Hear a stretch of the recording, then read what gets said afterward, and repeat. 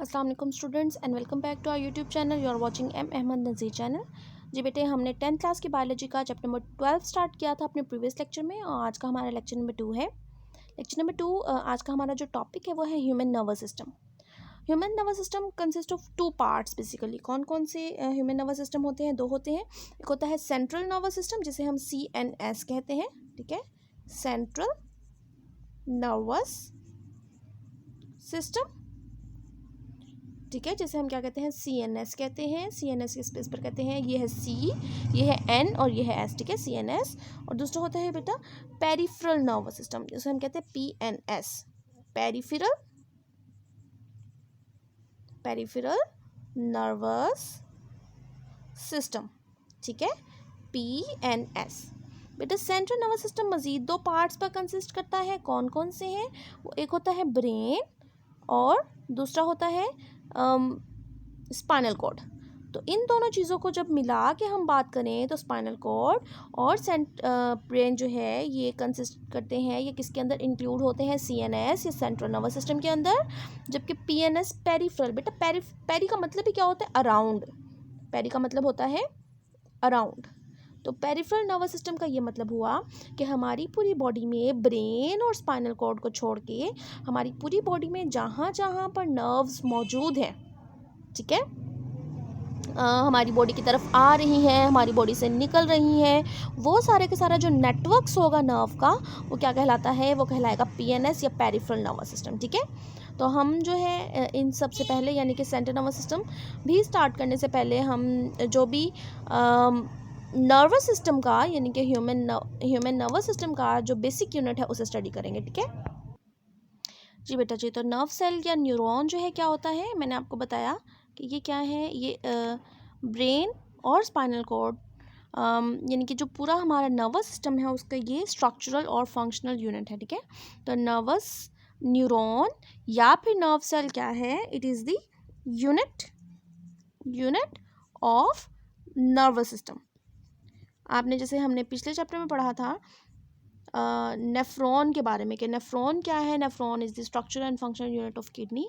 आप बिल्कुल ऐसे ही समझ लें कि structural and functional unit of nervous system is called as neuron या नर्व सेल। यहाँ पर ना नर्व सेल आपने बहुत ध्यान से याद रखना है, क्योंकि हम अभी पढ़ेंगे नर्व क्या होती है। तो सिर्फ नर्व में और नर्व सेल में डिफरेंस है। तो चलो बेटा हम स्टार्ट करते हैं कि ह्यूमन नर्वस सिस्टम जो है वो बहुत सारे बिलियंस ऑफ न्यूरॉन्स और उनके साथ साथ कुछ सपोर्टिंग सेल्स होते हैं, न्यूरोग्लियल सेल, इन दोनों पर कंसिस्ट करता है। किस पर कंसिस्ट करता है?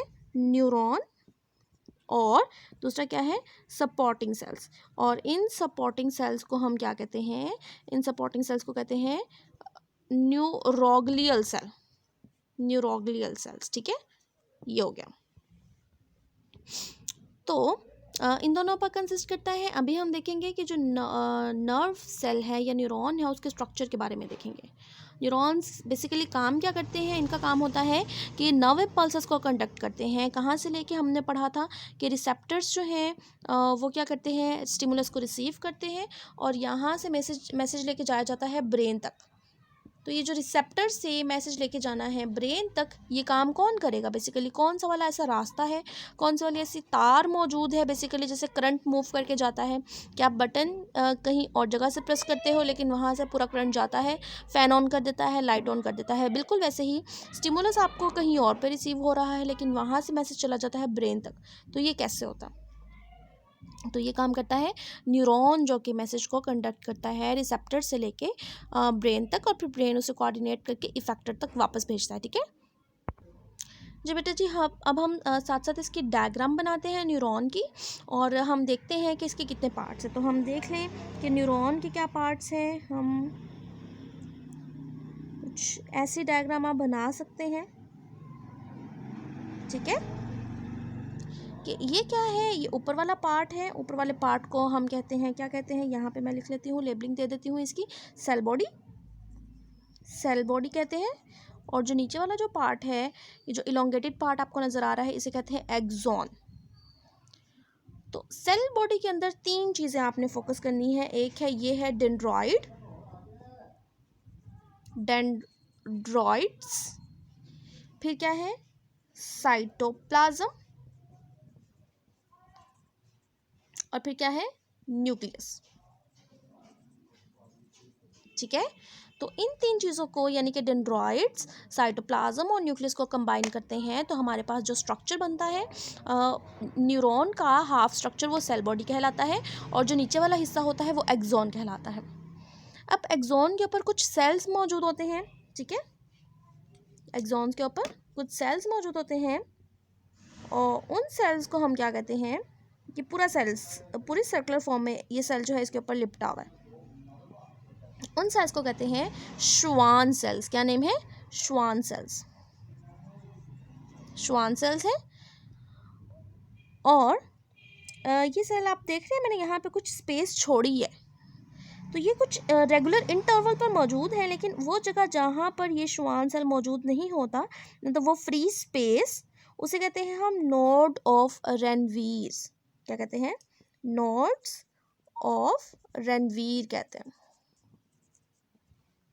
फिर क्या है कि ये जो श्वान सेल्स हैं सबके सब न्यूरॉन के अंदर नहीं, लेकिन कुछ न्यूरॉन्स के अंदर क्या होता है, ये श्वान सेल्स जो हैं बेटा क्या करते हैं, एक सिक्रीशन रिलीज करते हैं। उस सिक्रीशन को हम कहते हैं माइलिन शीथ। और ये जो सिक्रीशन, ये जो लेयर रिलीज करते हैं ये किस केमिकल की होती है, बेसिकली फैटी लेयर होती है। ठीक है, ये जो मैंने यहाँ पे ब्लैक से बनाई है ये क्या है कि कुछ श्वान सेल्स क्या करते हैं, एक फैटी लेयर सिक्रीट करते हैं, उसे हम कहते हैं माइलिन शीथ। Myelin sheath. अब क्या है, वो एक्सॉन्स या वो न्यूरॉन जिनके बाहर माइलिनेटेड शीट माइलिन शीट होती है उसे कहते हैं माइलिनेटेड न्यूरॉन्स, और जिनके बाहर ये शीट नहीं होती उन्हें नॉन माइलिनेटेड न्यूरॉन्स कहा जाता है। ठीक है, ये बात आपने याद रखनी है, माइलिनेटेड न्यूरॉन्स कौन से होते हैं और नॉन माइलिनेटेड न्यूरॉन्स कौन से होते हैं। ये बेटा हो गया स्ट्रक्चर किसका, न्यूरॉन का, ये नर्व सेल का। एक होते हैं सेल बॉडी, इसमें एक होता है एक्सॉन। सेल बॉडी के अंदर क्या होता है, तीन चीज़ें होती हैं, एक होता है डेंड्रॉइड, दूसरा होता है साइटोप्लाज्म और होता है न्यूक्लियस।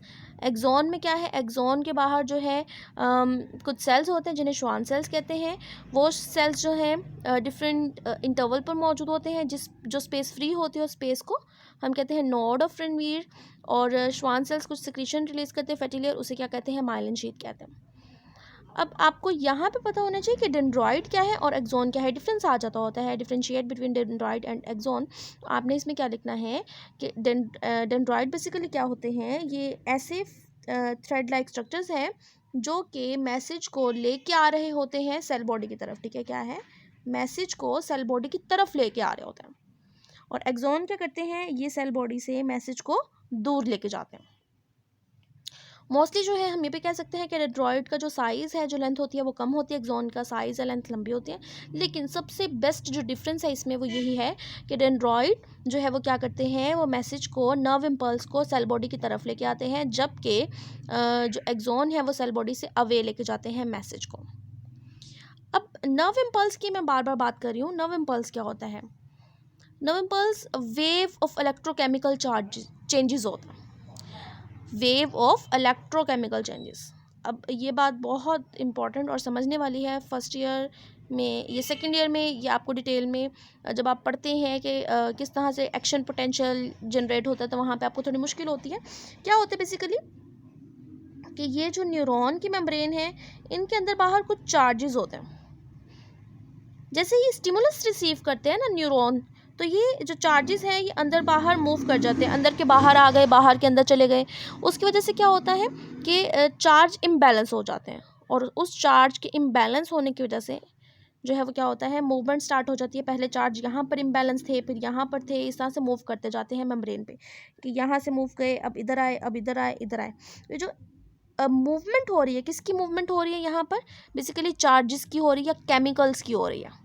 ये चार्ज भी किस वजह से, चार्ज किस वजह से है, बेसिकली पोटाशियम आयन की वजह से हो सकता है, क्लोराइड आयन की वजह से हो सकता है। तो ये केमिकल्स अंदर बाहर मूव करते हैं, इन केमिकल्स के अंदर बाहर मूव करने की वजह से एक इलेक्ट्रोकेमिकल वेव स्टार्ट हो जाती है, कि पहले ये वेव इस पॉइंट पर थी फिर अगले पॉइंट पर गई, तो इसलिए हम क्या कहते हैं, इलेक्ट्रोकेमिकल वेव की फॉर्म में जो मैसेज मूव करता है पूरी की पूरी न्यूरॉन की बॉडी के ऊपर, उसे हम कहते हैं नर्व इम्पल्स कहते हैं। ठीक है। इसके बाद एक और इम्पॉर्टेंट टर्म है, वो क्या है, सॉल्टेटरी इम्पल्सेस क्या होते हैं। जी बेटा जी, ये हमने क्या कहा था, श्वान सेल्स है। अब मैं आपको ये बताने लगी थी कि सॉल्टेटरी इम्पल्स क्या होता है। सॉल्टेटरी इम्पल्स क्या होती है, तो ये देखिए आप, श्वान सेल्स में जहाँ पर फैटी लेयर होगी वहाँ पर वो जो कंडक्शन है मैसेज की वो नहीं हो पाती, क्योंकि यहाँ से फिर वो जो केमिकल्स अंदर बाहर मूव करने हैं ना, वो नहीं हो पाते। इस वजह से वो वाला जो प्रोसेस है वो सिर्फ इन हिस्सों पर होता है जहाँ पर ये माइलिन शीट मौजूद नहीं है। तो क्या होता है कि पहले जनरेट हुआ यहाँ पर नर्व इम्पल्स, फिर जनरेट हुई यहाँ पर, फिर थर्ड पॉइंट कह लें यहाँ पर, फिर नेक्स्ट टू नेक्स्ट। तो क्या होता है कि ऐसा लगता है कि जैसे ये एक पॉइंट से जंप करके अगले पॉइंट पर स्टार्ट हुआ, फिर अगले पॉइंट से जंप करके आगे गया। बेसिकली सॉल्टेटरी का मतलब ही क्या है, जंपिंग। तो क्या होता है कि जो नर्व इम्पल्स है वो नोड से अगले नोड जंप करते हुए जाता है, इस चीज़ को कहते हैं सॉल्टेटरी इम्पल्स। ये भी इम्पॉर्टेंट है शॉर्ट क्वेश्चन के पॉइंट ऑफ व्यू से, ठीक है। तो अभी तक हमने न्यूरॉन और नर्व सेल के बारे में डिटेल में पढ़ लिया है। हम अब न्यूरॉन की टाइप्स को देख लेते हैं। जी बेटा जी, न्यूरॉन की 3 टाइप्स हैं, ये नर्व सेल की 3 टाइप्स हैं। एक होता है सेंसरी न्यूरॉन, दूसरा होता है मोटर न्यूरॉन,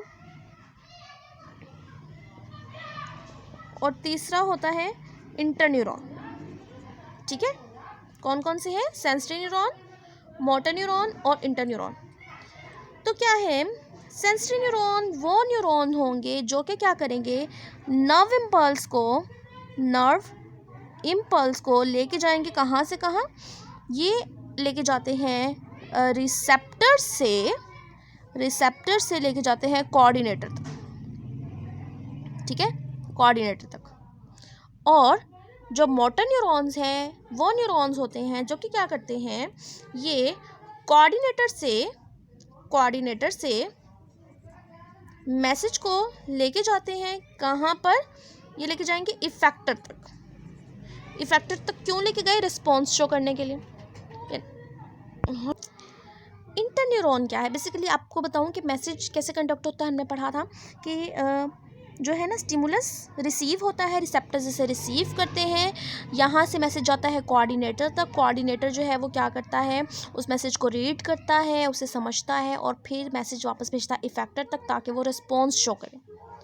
तो ये वाला सारा काम, इनके लिए जो रास्ते जो है वो काम करते हैं, या जो नर्व्स मैसेजेस लेके जाते हैं, वो हम पढ़ रहे हैं। तो सेंसरी न्यूरॉन्स जो है क्या होंगी, हमेशा ये मूव करेंगे रिसेप्टर से कोऑर्डिनेटर की तरफ, और मोटर न्यूरॉन हमेशा काम करेगा कोऑर्डिनेटर से इफेक्टर की तरफ। इंटरन्यूरॉन बेसिकली क्या करता है, interneuron works as the link between this. Sensory neuron का रिसेप्टर आया, कोऑर्डिनेटर तक मैसेज भेजा, कोऑर्डिनेटर से काम करवाने के बाद वापस जो मैसेज भिजवाना है, मोटर न्यूरॉन के साथ कंडक्ट करवाना है, वो काम करवाता है इंटरन्यूरॉन। ठीक है, तो ये 3 बातें हमने पढ़ी अभी। इसके बाद हम छोटी सी डेफिनेशन है कुछ वो और देख लेते हैं, वो कौन कौन सी है, सेंसरी नर्व, मोटर नर्व और मिक्स्ड नर्व। इससे पहले हम देखेंगे कि नर्व्स क्या होती हैं। जी बेटे, मैंने आपको कहा था कि नर्व और नर्व सेल में डिफरेंस याद रखना है। वो इस वजह से क्योंकि अभी हमारा जो टॉपिक है, जो नेक्स्ट पॉइंट है, वो है नर्व। एक होता है नर्व सेल जिसे हम न्यूरॉन के नाम से भी जानते हैं, और ये है नर्व्स क्या होता है, बंडल ऑफ एक्सॉन, यानी कि एक जगह हो जहाँ पर ढेर सारे न्यूरॉन इकट्ठे हुए हों, तो उनके एक्सॉन्स का खाली एक्सॉन्स का एक बंडल बना के एक शीट में लपेट के रख दिया जाए, तो वो कहलाएगा नर्व। ठीक है, तो नर्व की 3 टाइप्स हैं, कौन कौन सी हैं, एक है सेंसरी नर्व, दूसरा है मोटर नर्व और तीसरा है मिक्स्ड नर्व। इंटर नहीं है यहाँ पे बेटा। सेंसरी नर्व कौन सी होती है, सेंसरी वो होगी जिसके अंदर किसके एक्सॉन्स होंगे, सेंसरी न्यूरॉन के एक्सॉन्स हो।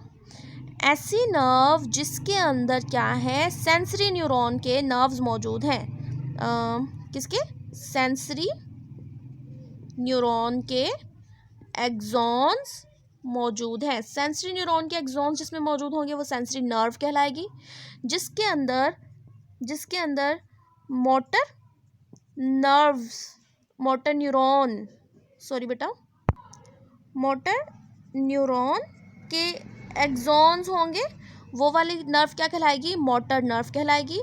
और ऐसी नर्व जिसके अंदर क्या है, ये हो गया फॉर एग्जांपल सेंसरी नर्व के एक्सॉन, और ये हो गया मोटर न्यूरॉन की एक्सॉन्स, तो ये इकट्ठी मौजूद हैं, ये सेंसरी न्यूरॉन की और ये मोटर न्यूरॉन की मौजूद हैं। तो ऐसे बंडल ऑफ एक्सॉन को हम कहते हैं कौन सा वाला नर्व, मिक्स्ड नर्व्स कहते हैं। ठीक है, तो सेंसरी नर्व्स कौन से होते हैं, मोटर नर्व्स कौन से होते हैं, मिक्स्ड नर्व्स कौन से होते हैं, ये हमने देख लिया। अब यहाँ पे जैसे हमने बात की कि bundle of nerves is called as nerve, बिल्कुल ऐसे ही एक और चीज़ होती है, बंडल ऑफ सेल बॉडी क्या कहलाता है, तो बंडल ऑफ सेल बॉडी कहलाता है, उसे कहते हैं गैंग्लियन, गैंग्लियन। ठीक है, तो ये भी इंपॉर्टेंट है शॉर्ट क्वेश्चन के पॉइंट ऑफ व्यू से। बाकी ये सारी डेफिनेशंस हैं, sensory nerve, motor nerve, mixed nerve, sensory neuron, motor neuron, inter neuron, nerve क्या होता है और गैंग्लियन क्या होता है। Ganglion is the collection of cell body या एक्यूमुलेशन ऑफ सेल बॉडी, और एक्सॉन का जो बंडल है वो नर्व कहलाता है। ठीक है, आज के लिए इतना ही, इंशाल्लाह नेक्स्ट हम सेंटर नर्वस सिस्टम शुरू करेंगे, यानी कि डिवीजन ऑफ नर्वस सिस्टम जो है उसमें हम ब्रेन का जितना पढ़ा गया आप एक लेक्चर में उसे कवर कर लेंगे। ठीक है, अल्लाह हाफिज़।